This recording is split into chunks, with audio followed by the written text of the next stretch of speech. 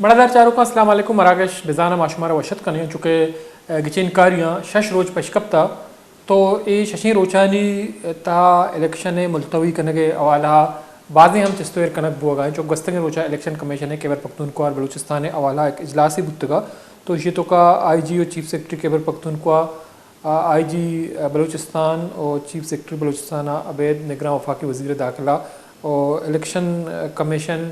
ने सेक्रेटरी और ये दिगे वाकदार कस्ते अवारता तो कुछ अमी बुतगा के 8 फरवरी इलेक्शन कस्ते अरवाड़ा बा इशिए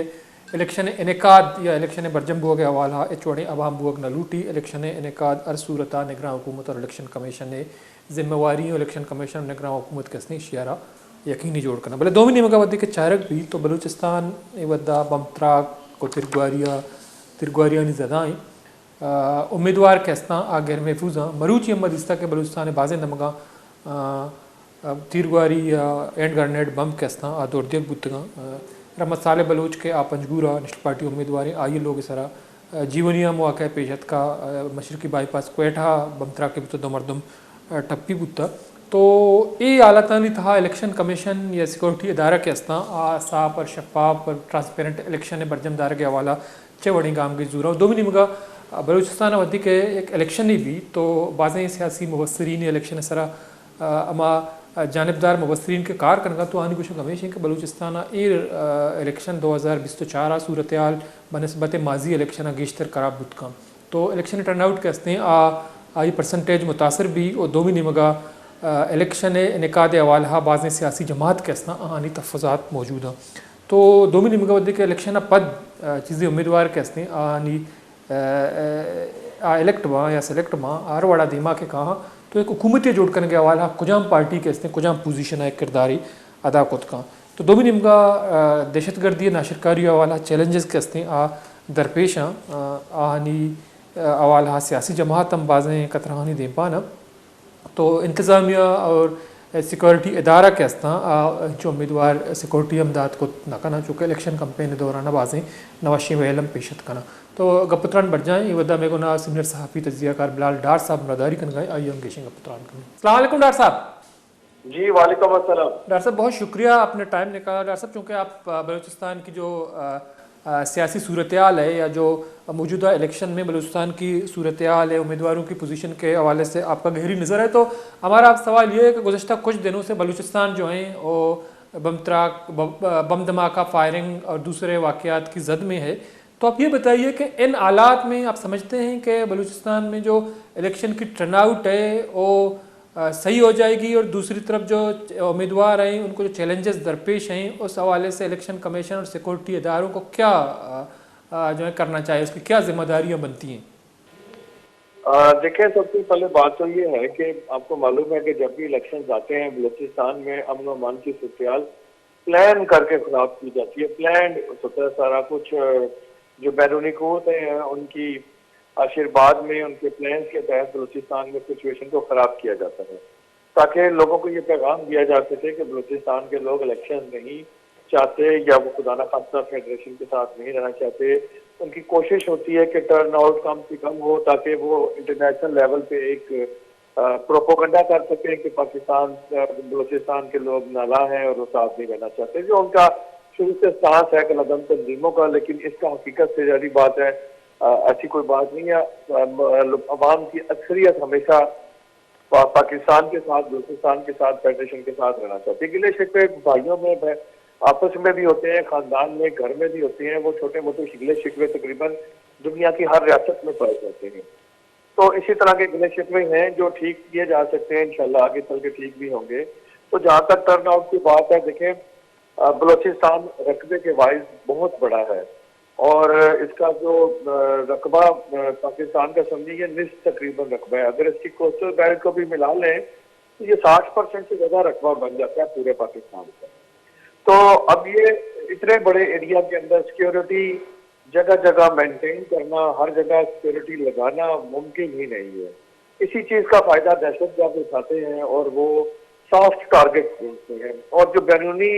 कुव्वतें हैं उनके लिए भी बलूचिस्तान इसी वजह से सॉफ्ट टारगेट है कि क्योंकि ये रकबे के इतबार से बहुत बड़ा एरिया है, यहाँ सिक्योरिटी मेंटेन करना तकरीबन इम्पॉसिबल है।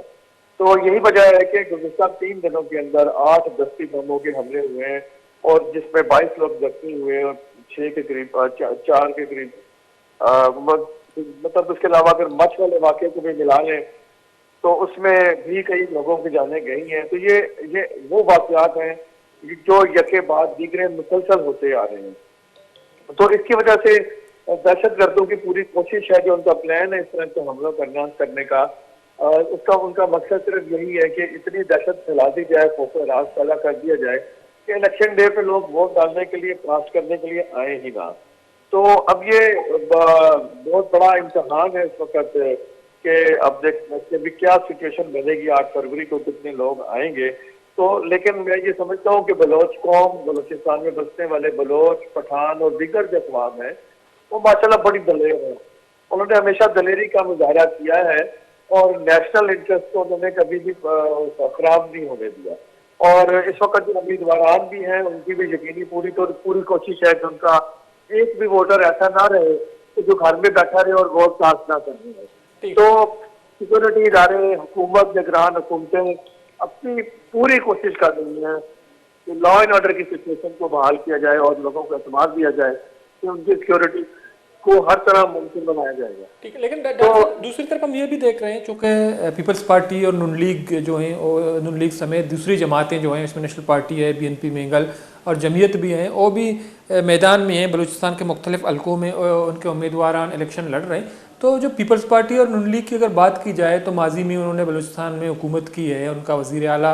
रहा है, गवर्नर भी रहा है, लेकिन इस दफ़ा हम देखते हैं कि नून लीग और पीपल्स पार्टी की जो उम्मीदवार हैं बलूचिस्तान में, जो बाप पार्टी के बेशतर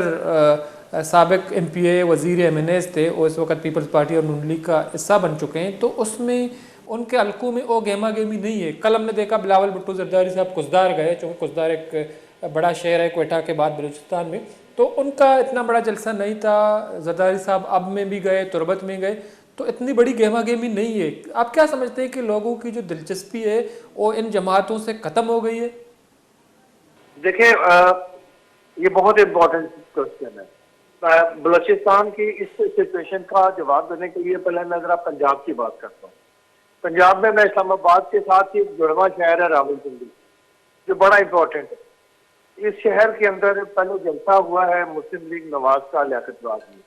वो जलसा मायूस कौन था, फ्लॉप शो। इसी तरह वहां पे शहबाज शरीफ खुद आए थे। फिर इसके बाद पीपल्स पार्टी का एक जलसा हुआ रावलपिंडी में, उसी लियाकतबाग के अंदर, जिसमें बिलावल भुट्टो खुद आए। वो जलसा भी एक फ्लॉप शो था। देखें, बलूचिस्तान के अंदर भी ये जो सिचुएशन है ना, तकरीबन मिलती जुलती सिचुएशन हमें मुख्तलिफ हल्कों में, पाकिस्तान के मुख्तलिफ हल्कों में दिखाई दे रही है। मां सवाए उन हल्कों में जहाँ नवाज शरीफ खुद जा रहे हैं या मरियम नवाज खुद जा रही हैं, उनके जलसे अच्छे हो रहे हैं। जहाँ मौलाना फजल रहमान का अगर कोई जलसा हो रहा है, वो बड़ा जलसा हो रहा है। जमात इस्लामी का कोई जलसा या एनसीएम का, वो बड़ा हो रहा है। लेकिन ओवरऑल बाकी जो जलसे हैं वो बड़े मायूस कुन हो रहे हैं। इसकी मुतअद्दिद वजूहात हैं। अब बलूचिस्तान के अंदर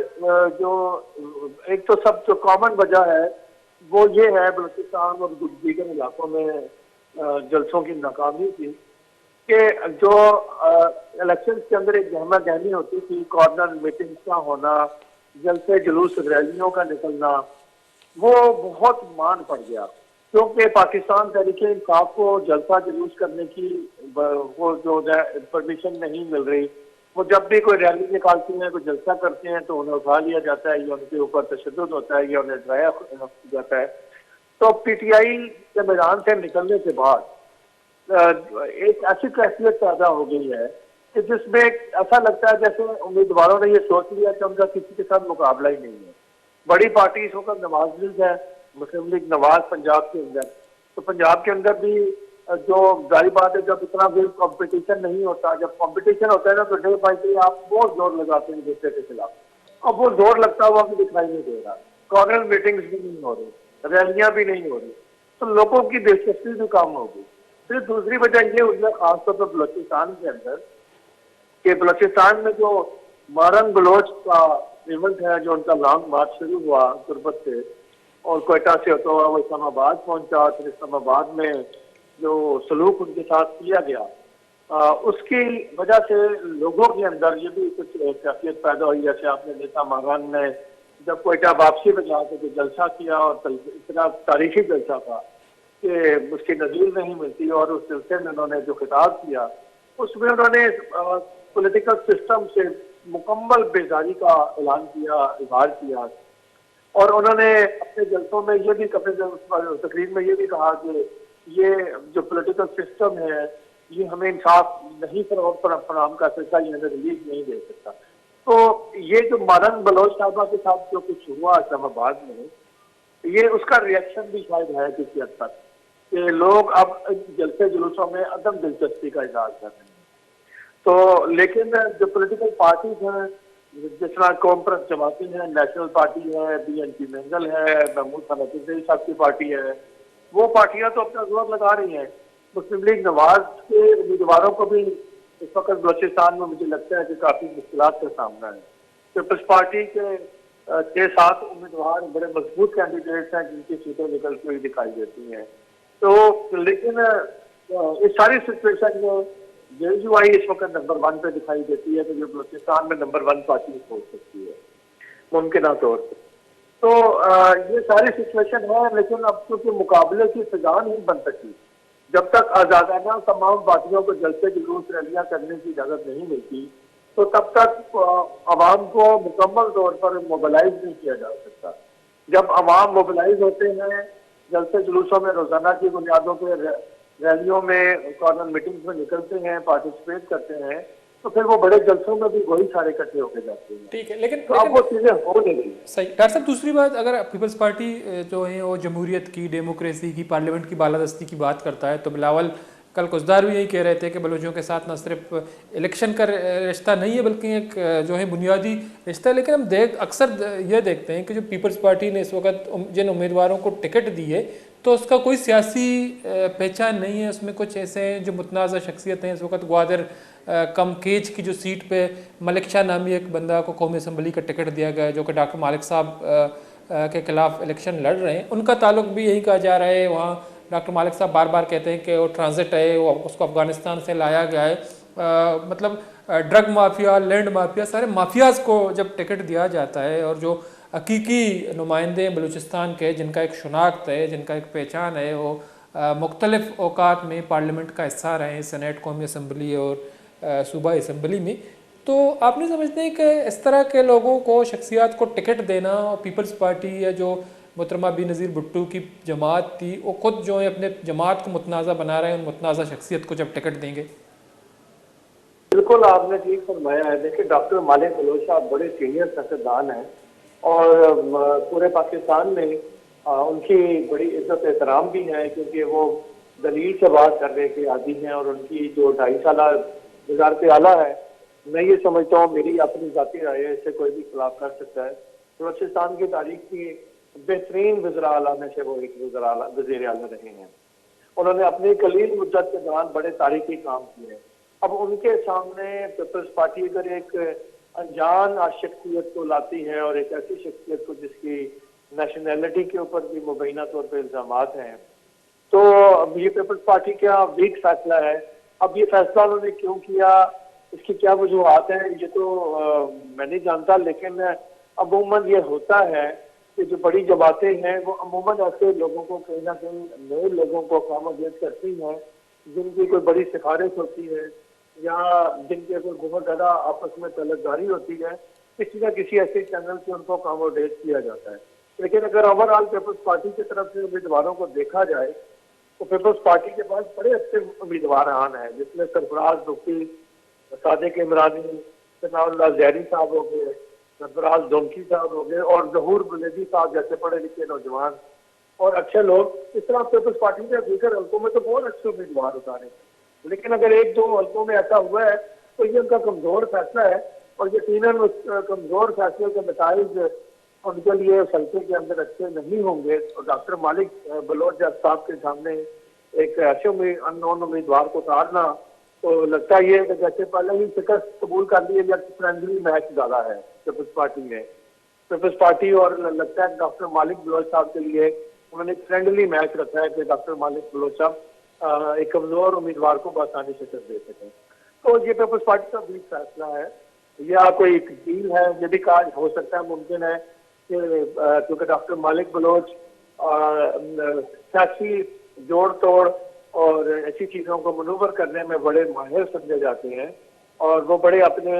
धीमे लबो लहजे और चेहरे पे हर वक्त एक खूबसूरत सी मुस्कुराहट के साथ किसी भी मुखालिफ के पास जब जाके बैठते हैं तो उसे अपनी बातों से आराम कर ही लेते हैं। हो सकता है कि ये उन्होंने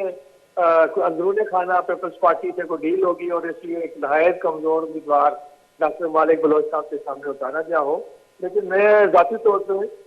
ये समझता हूँ कि डॉक्टर मालिक बलोच साहब जैसे अच्छे उम्मीदवारों को नुमाइंदों को सूबाई या कौमी असम्बली का हिस्सा जरूर होना चाहिए। इसी तरह सरफराज बुख्ती साहब, जहूर कुरैशी साहब जैसे लोग, इनको भी जरूर पार्लियामेंट का हिस्सा होना चाहिए। बड़े अच्छे लोग हैं, सुलझे हुए लोग हैं। जैसे मुस्लिम लीग नवाज में जाफर मंदोखेल साहब हैं, ये भी बड़े सुलझे हुए, हर किसी की बात सुनने वाले नरम मिजाज आदमी है, पढ़े लिखे आदमी है। तो पार्लियामेंट में आना एक शकून होगा। और वैसे भी अब मैं समझता हूँ कि बलोचिस्तान के अंदर गुज़श्ता 76 साल से जो महरूमियाँ और जो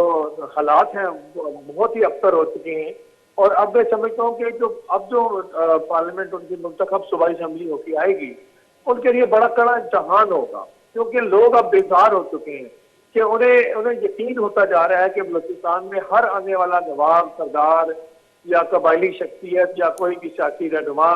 वोट लेने के लिए उसे बलोचिस्तान की महरूमियाँ, बलोचिस्तान के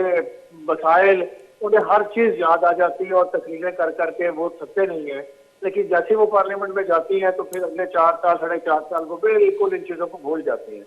और इस बार बार के रवैये से तंग आके भी आज बलूचिस्तान में टर्न आउट कम दिखाई दे रहा है, एक्टिविटीज कम दिखाई दे रही है, लोगों की दिलचस्पी ना होने के बराबर दिखाई दे रही है। और अगर अब भी जो पार्लियामेंट मुंतखब होगी सूबाई असम्बली, उन्होंने भी ठीक तरह से डिलीवर ना किया तो ये तासर मजीद जोर पकड़ेगा, मजबूत होगा और उसके नताइज मैं समझता हूँ बड़े खौफनाक हो सकते हैं। इसलिए ये बड़ा कड़ा इम्तहान होगा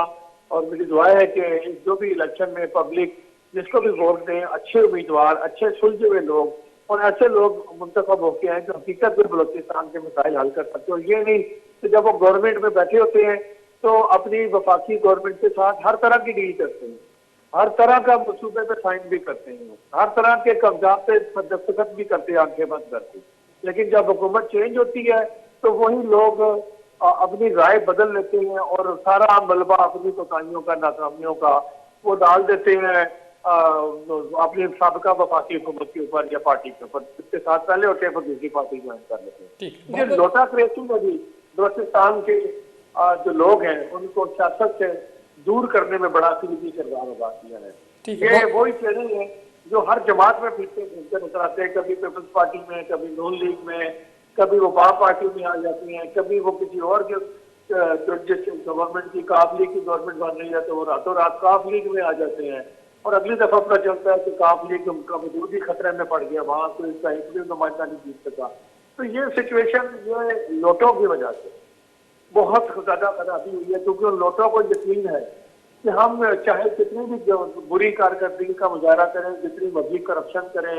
लोगों के साथ जितना मर्जी बुरा सलूक करें, लेकिन जो विनिंग पार्टी होगी कल हम उसमें चले जाएंगे तो वो हमें वोट मिल ही जाएंगे और लोग हमें फिर भाग के वोट दे देंगे, हमारी बातों में आके जज्बाती भी हो जाएंगे और आपस में अवाम आपस में दस्तों गिरबां होंगे हमें जिताने के लिए और अब आप आसानी जीत लेंगे। ठीक है, बहुत बहुत शुक्रिया डॉक्टर साहब, बहुत शुक्रिया डॉक्टर साहब, टाइम निकाल हमारे प्रोग्राम में शरीक रहे। मदर चारुका बिलाल डॉक्टर साहब का पुत्रान कनगा योशक हमेशा के अमा मरदम के आनी नेशनलिटी सरा बाज़ सवालात चस्ब होगा, बल्कि अब मुतनाज़ा शख्सियत ना तो ट्रांजिट कनक या अमा यक अलकई या के ग्वादर के एक बलूचिस्तान अहम तरीन नेशनल असम्बली अलकई उदा उश्तारिनक बूता चुके वोट बैंक के हवाला चारक भी तो वोट बैंक आइए ज़ीरो है पर्चे के आइए अलका तो ग्वादर सिटी है सीट है उदो का पगाने दोमी तुरबत सिटी है सीट डॉक्टर मालिक साहब को मुकाबला है दोमी कहते हैं एक अलकाई दश्त मंद है उदम चीज़ें हो चुके उदम आइए वोट बैंक खासतौर पर पाकिस्तान पीपल्स पार्टी नबुओं के बराबर है बोले इसके बावजूद कहते हैं आइए माजिया मदिस्ता के तुम पे सीटा एक